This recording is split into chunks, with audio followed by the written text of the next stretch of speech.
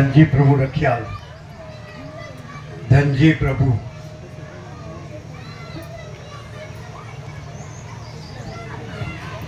Retired principal. આપણે 22 વર્ષ પહેલાં લાભ લીધેલો રખિયાલમાં, ત્યારથી બધા પરિચિત.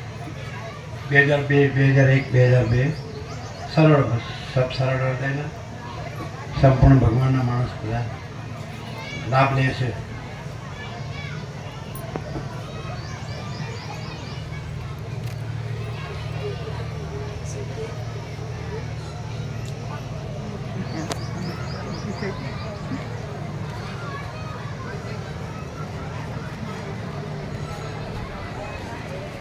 સૌરાષ્ટ્ર બી આવી ગયા, બાળપણ બી જોયું, અને 17 દિવસ નર્મદા પરિક્રમામાં બી આવી ગયા. ભગવાનના સંપૂર્ણ દર્શન, ભગવાનના સંપૂર્ણ આનંદ મંગળ.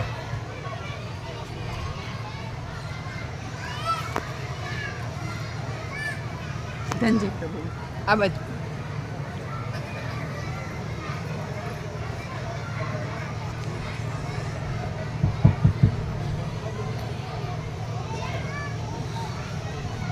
સ્વામીજીના ચરણોમાં વંદન.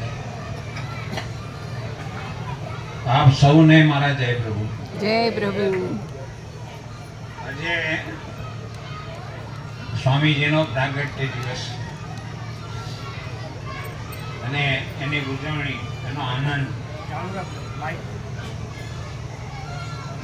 આપણે પ્રગટ કરવા માટે સૌ ભેગા થયા છીએ. આજના દિવસે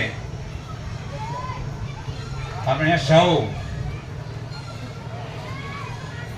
ભગવાનને પ્રાર્થના કરીએ, એટલે બીજા ભગવાનની લાગવગ આપણે નથી કરવી. આપણે તો આ પ્રગટ ભગવાન છે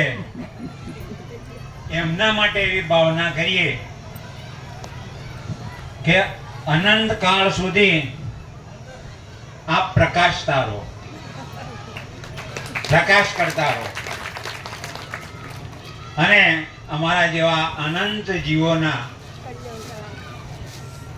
કલ્યાણ કરવા રૂપ એ આપ હંમેશા ખૂબ સ્વસ્થ, સારું સ્વાસ્થ્ય, તંદુરસ્તી એને પામો એવી અમે સૌ ભાવના કરીએ છીએ આજના દિવસે. સ્વામીજી રોજ આપણને બોધ કરે છે, પરમ ચિદાકાશ, પરમ જ્યોતિ, અખંડ જ્યોતિ. આપણે સૌ પરમ ચિદાકાશ સ્વરૂપ જ છીએ. આપણું સ્વરૂપ જ એ ચિદાકાશ રૂપ છે. પરમ ચિદાકાશ એટલે પરમાત્મા. આપણે પરમાત્મા જ છીએ, ભગવાન જ છીએ. બધા ભગવાન છે, બધામાં ભગવાન છે, ક્યાંય બીજું કશું છે નહીં. પણ ક્યાંક આપણી થોડી આળસને લીધે અથવા તો અજ્ઞાનને લીધે આપણને એવું ક્યાંક ભાસ થાય છે આપણા દેહ પ્રત્યે, આપણા માઈક દેહ પ્રત્યે, કુટુંબ પ્રત્યે, આપણી મિલકત પ્રત્યે આપણને મોહ અને આસક્તિ થાય છે. એટલે આપણે બધા જાણીએ તો છીએ કે આપણે પરમાત્મા છીએ. આપણે એટલું તો અહીં આવ્યા પછી એટલું નક્કી થયું છે દરેકને કે આપણે પોતે પરમાત્મા છીએ. એટલે અંશે આપણે પરમાત્મા તો થઈ ગયા છીએ. હવે આપણું પૂર્ણ સ્વરૂપ પ્રગટ કરવાનું છે. તો એના માટેનો વિચાર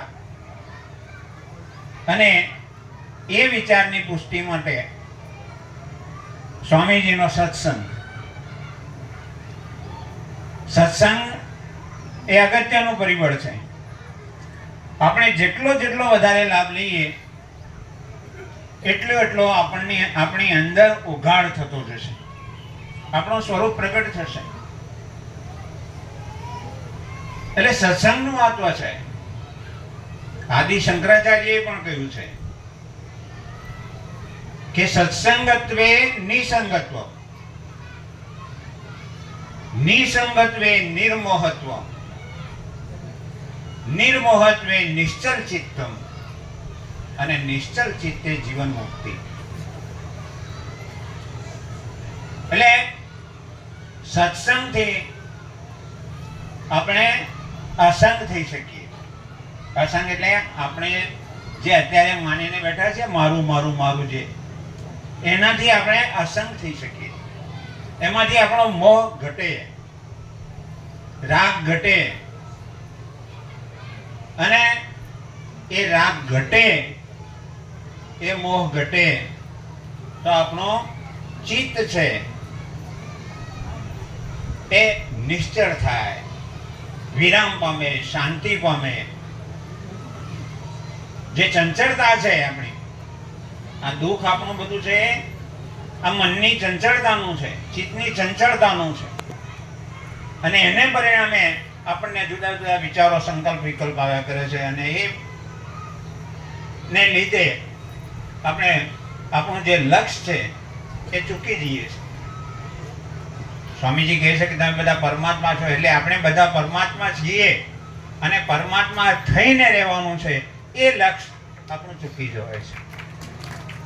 એટલે એ લક્ષ્ય આપણો કાયમ રહે અને એનાથી જીવન મુક્ત થવાય, જન્મ મરણથી મુક્ત થવાય. એ જ કેવલ જ્ઞાન કે જ્ઞાન કો. અજ્ઞાન આમ તો જોઈએ તો અજ્ઞાન છે જ નહીં, અજ્ઞાન એ પણ જ્ઞાન છે. અજ્ઞાન એટલે મિથ્યાત્વ સહિતનું જ્ઞાન, જે ખોટું માન્યું છે આપણે બધું, એ અજ્ઞાન કહેવાય. અને જ્ઞાન એટલે સમ્યક સહિતનું જ્ઞાન, એટલે જે સાચી વસ્તુ છે એ આપણે જાણીએ, એ આપણે રહીએ તો અનંત આનંદ, અનંત પ્રકાશ, અનંત શાંતિ એ અહીં ને અહીં અનુભવાય એવું છે. આમ તો સ્વામીજીનો બોધ સાંભળીએ છીએ ત્યારે વાણી વિરામ પામી જાય છે, કંઈ કહેવા જેવું છે જ નહીં. એટલે આપણે આમાં કંઈ વધારે ટીકા ટિપ્પણી કરવા જેવું છે નહીં. એટલે આટલી વાત કહીને હું મારી વાણીને વિરામ આપું. ઓમ શાંતિ. ઓમ ઓમ.